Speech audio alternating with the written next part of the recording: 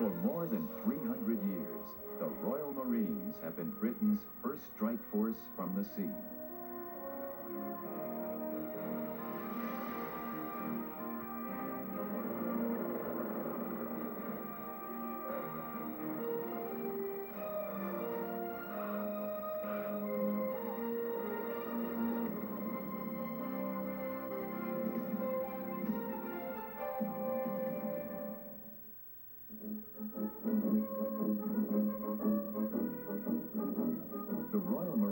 Are a relatively small, well-trained corps of highly motivated career soldiers, trained for a variety of combat environments. Within the British military, they are a brigade-size force of 7,000, responsible for most commando and rapid deployment missions. They have been dispatched to trouble spots around the globe continuously over the past 50 years. Much smaller than the U.S. Marines, their primary missions are commando-style raids and long-range reconnaissance. Trained to operate independently behind enemy lines, they rely on stealth and mobility rather than force and firepower. They are the first line of defense along NATO's northern flank and Europe's premier commando force. The needs of the Royal Marines, I believe, is the fact that flexibility is going to be the name of the game in the future. And there's nobody more flexible than the Royal Marines. Hence our role we have taken from the past and we can lead into the future. Created in 1664 as sea soldiers for the Royal Navy, they originally served on ships as sharpshooters, bodyguards for the officers and seaborne raiding parties. They were the first British soldiers to engage the American revolutionaries in Lexington in 1775. Their insignia includes the word Gibraltar, in honor of the Marines who captured the strategic rock in 1704 and held off the French and Spanish for 4 months until reinforcements arrived. When a contingent of Royal Marines escorted Napoleon into exile, he wondered aloud how much might be done with soldiers like these. The Second World War saw the creation of a new type of fighting man, the commando. A combination sapper, signaler, marksman, parachutist, scout, and seaborne raider, a specialist in modern warfare. The initial Allied setbacks in World War II forced the British to create a joint Army-Marine commando force to take the fight back to Europe and confuse the Germans with surprise raids prior to D-Day. The all-volunteer force trained at a secret base where they refined the physical and tactical skills that have become the trademark of Marines ever since.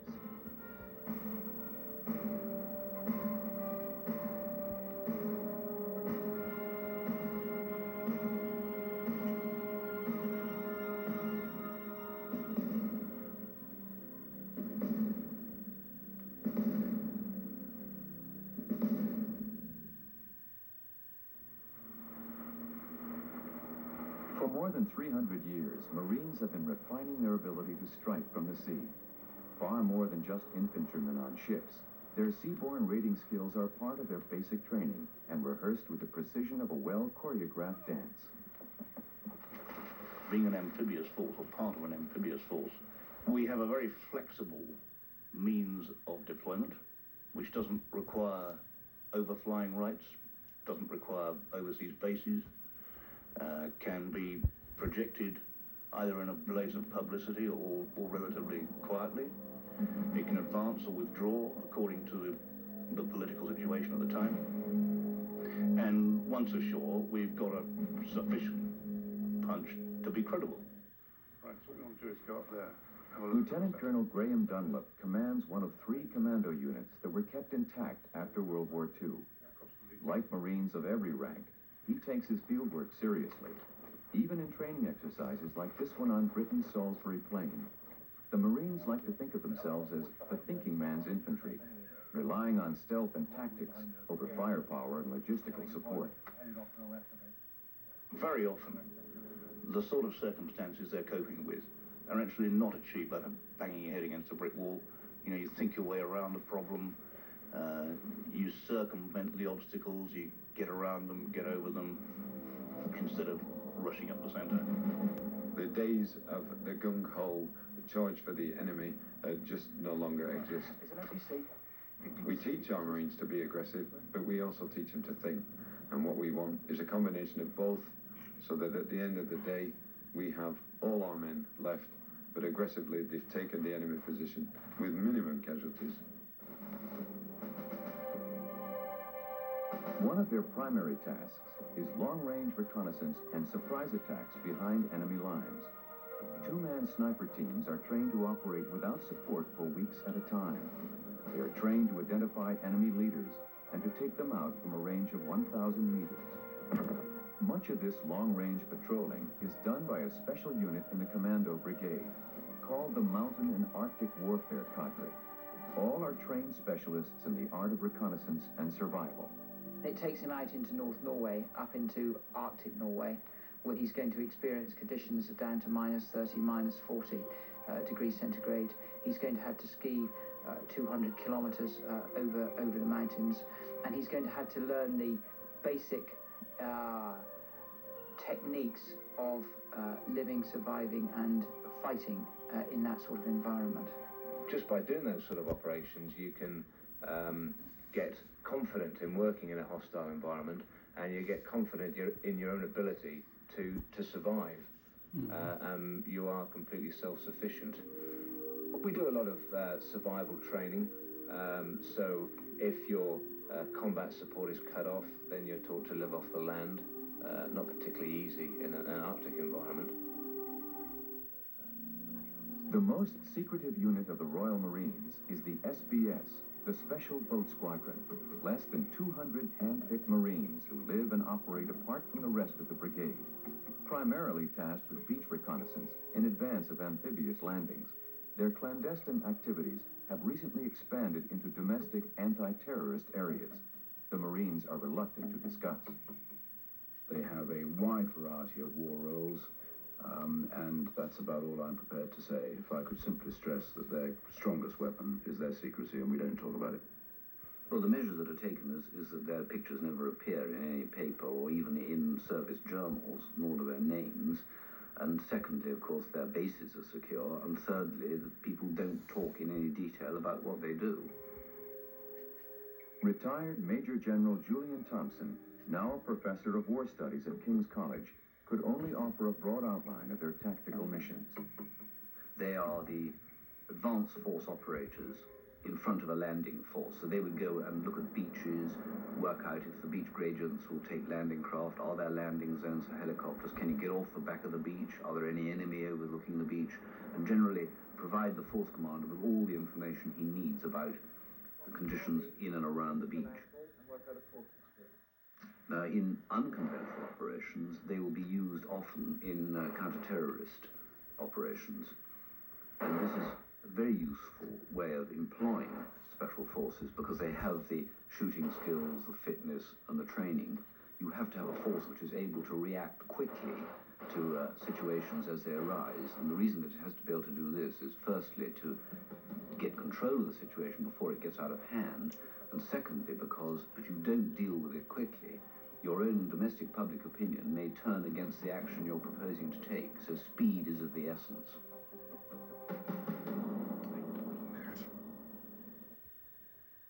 Break.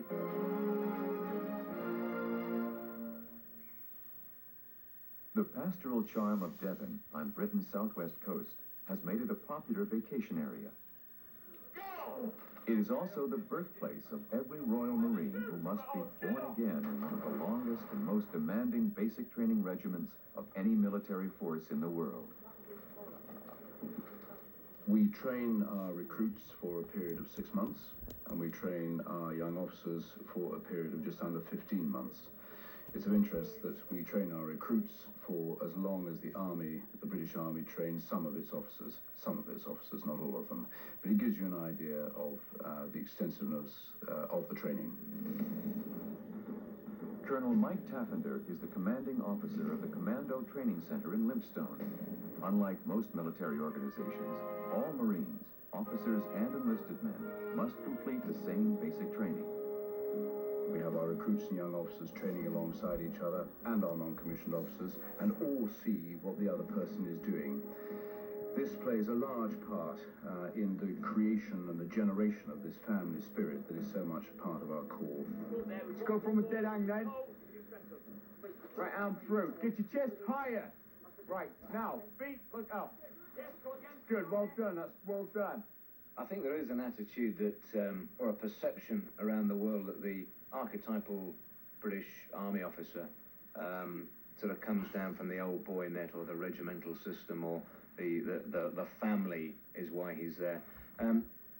That isn't the case in the Royal Marines. A Royal Marine officer will be selected because of what he's got to offer, and his family ties are not seen to give him any advantage whatsoever.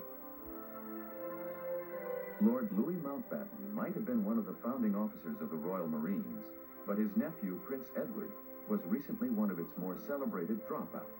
Only 5% of the officer applicants make it through the intensive screening, selection, and training process. Only 60% of the enlisted men will make it through the training regimen. That puts more emphasis on self-motivation and constant harassment. Without a shadow of doubt, we're here to make something of someone, not to break them. Anyone can break somebody, but if you can drag someone along, help him along, and in the end give him the little push and help that needs for him to pass whatever, he often is a better man for that slightly later on. The name of the game here is to get people through, to make them into Royal Marines, as we're trying to do here.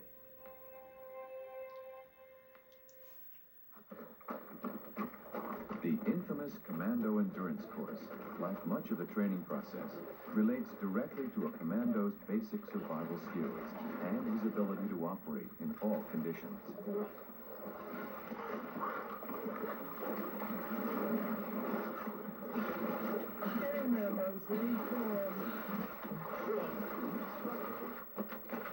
Well, like many of the commando tests, it is a disgusting test. It is very wet. In the winter, it's very cold. It's very dirty. You get wet completely from head to foot. And it really doesn't matter what sort of background you come from.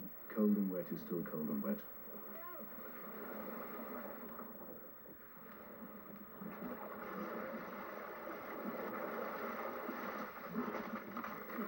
I think if you can tolerate the acutely uncomfortable, then you'll manage anywhere.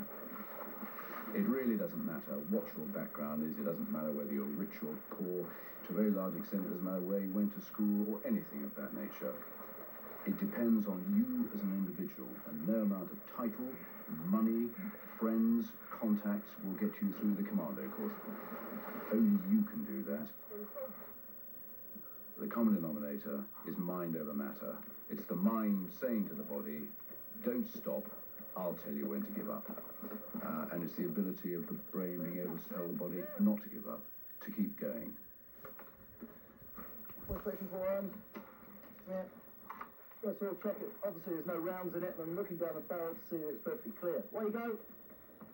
The commando role is very much about raiding, long distances, carrying as little equipment as you possibly can. That gives you speed, that gives you endurance, that gives you distance.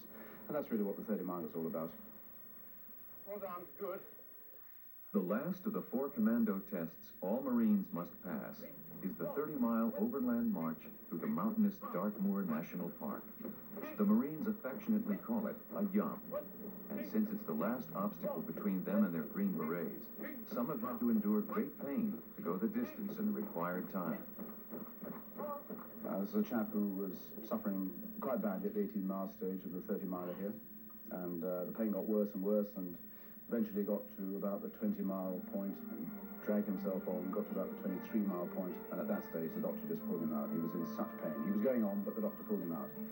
Took him back to the camp, x-rayed him, and he had a badly broken leg, and he had dragged this leg for about 5 miles over the 30-miler. I have to say that we made an exception. We gave him his green beret. That was the spirit we were looking for. I was not really confident when I joined them.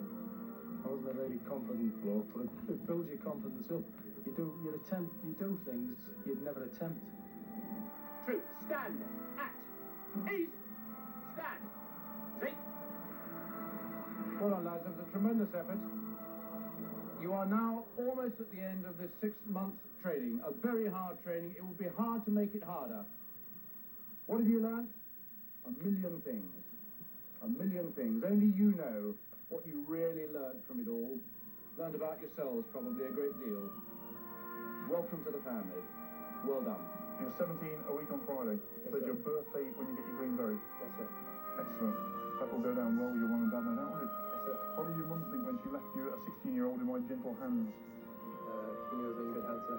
She knew you were in good hands. If somebody's wearing a green beret, you know that he's done the commando course, you understand the hardships that he's been through because you've experienced them yourselves.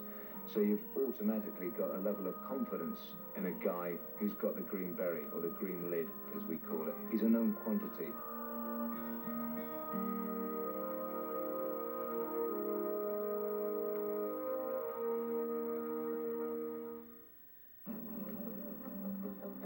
Within days of the Argentinian takeover of the British Falklands in April of 1982, the Royal Marines were aboard ships bound for a mission they had been preparing for 50 years. Arm. Advanced reconnaissance elements from the Special Boat Squadron and Special Air Services were flown to the area and parachuted to waiting submarines, from which they launched their initial beach reconnaissance and raids.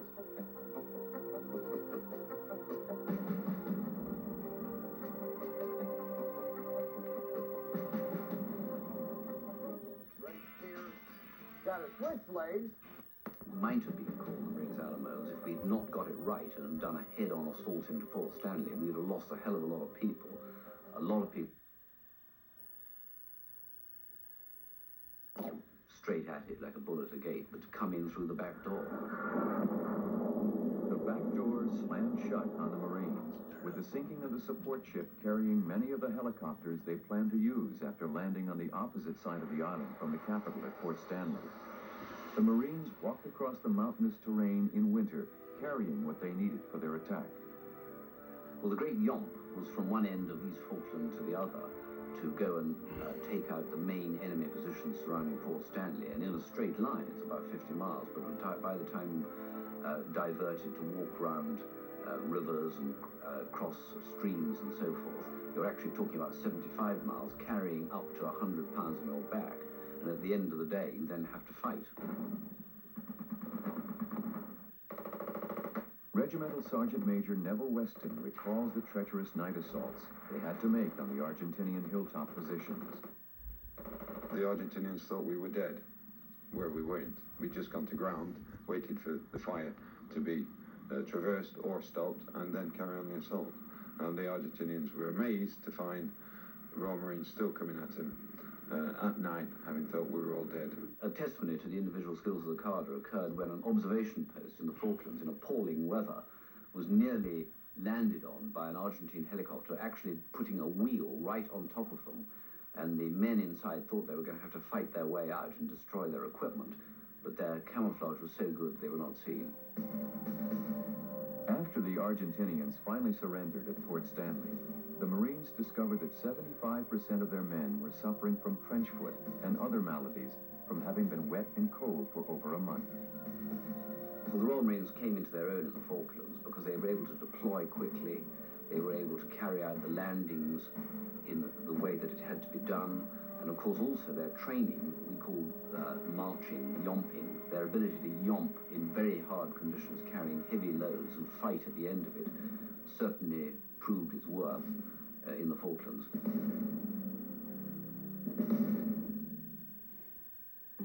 The Royal Marines' recent missions reflect the changing politics of the time. A Marine battalion is part of the regular 4-month rotation of British units to Northern Ireland. The patrolling skills refined in jungles and mountains around the world have been adapted to the urban environments of Ulster. One of the greatest tests of their discipline and reputation as the thinking man's infantry. The success or failure of that operation will depend upon your relationship with the local population. And if you alienate yourself from the locals, then you've lost before you've even started. So you're much more than a soldier, you're a politician as well. The clandestine skills of the SBS are now more likely to be called upon for domestic security crises. Much of the SBS training has been reoriented to the unusual and unexpected situations they would confront while protecting key installations like the North Sea oil rigs and rescuing British hostages. Like the British SAS, they operate independently and under extreme security conditions.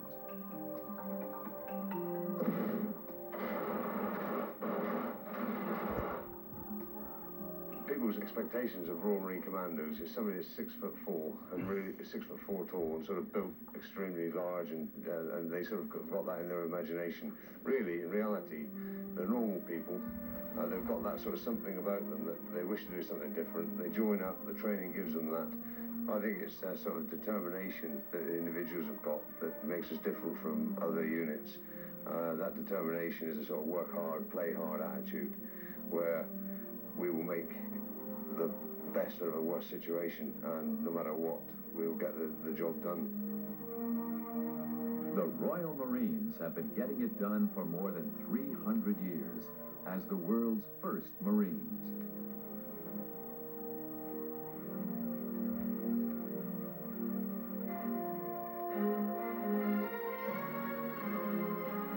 Mondays at 9 Eastern, you'll be dazzled by some of our finest documentaries. Take a closer look at nature, history, science, and more. It's something different every week. Join us for Discovery Showcase.